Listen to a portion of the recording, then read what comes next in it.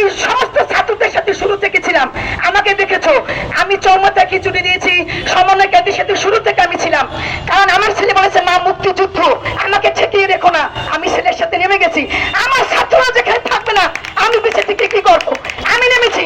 আমার শরীরে রাজনৈতিক রক্ত আমি ফিরাতে পারিনি, আমাকে দমিয়ে রাখার বহু চেষ্টা করা হয়েছে, হুমকি দেওয়া হয়েছে, থানা থেকে ফোন দিয়েছে, কিন্তু আমি ছাত্রদের সাথে ছিলাম, ছাত্রদের সাথে থাকবো। আজকে আধুনিক যুগে কেন তো দর্শিতা, কেন দর্শন হবে, এর আইন কোথায়?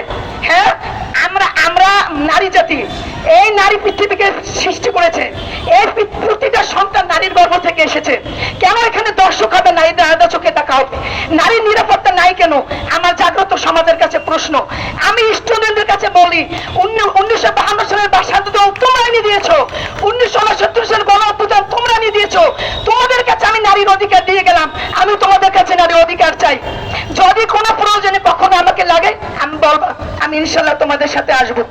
আমি চাই মেয়েরা উঁচু করে বাঁচুক। আজকে তুমি ইউরোপ আমেরিকা বড় বড় কান্ট্রি দেখো নারীদের অধিকার আছে, বাংলাদেশে কেন এরকম অবস্থা, ইন্ডিয়াতে কেন এই অবস্থা? আমি এটাও দেখেছি যে মেয়ে আমার সাথে যারা ব্যবসা করতে নামছে আমাকে বলে তুমি তো ছেলের মা, তুমি বিজনেস করতে পারো। আমি মেয়ের মা, আমি বিজনেস করতে পারি না। আমি বলছি কেন আপা, আমার মেয়ে যদি দর্শিত হয়, আমার মেয়ে যদি প্রিজিং হয়, কেন আমাদের আকুলতা? এই জাতির কাছে আমার প্রশ্ন, আমি এই প্রশ্ন রেখে গেলাম। ধন্যবাদ, অনেক কথা বলার ছিল, বলতে পারিনি।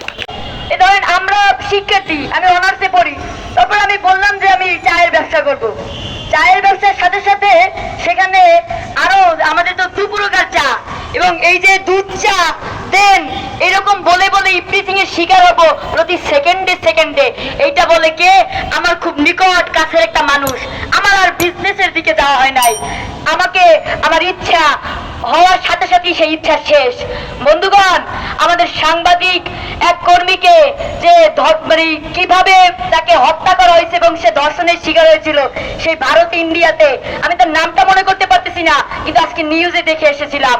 বন্ধুগণ, আজকে এই যে সাংবাদিক মানে পেশাতে মেয়েরা যেতে ভয় পায়, কেন ভয় পায়? কারণ আজকে নারীকে তাকে দুর্বল ভাবে, ভীতু ভাবে তাকে আক্রমণ করার সেই সাহস সমাজ তাকে দিয়ে দেয়, বলে এ তো পুরুষ মানুষ।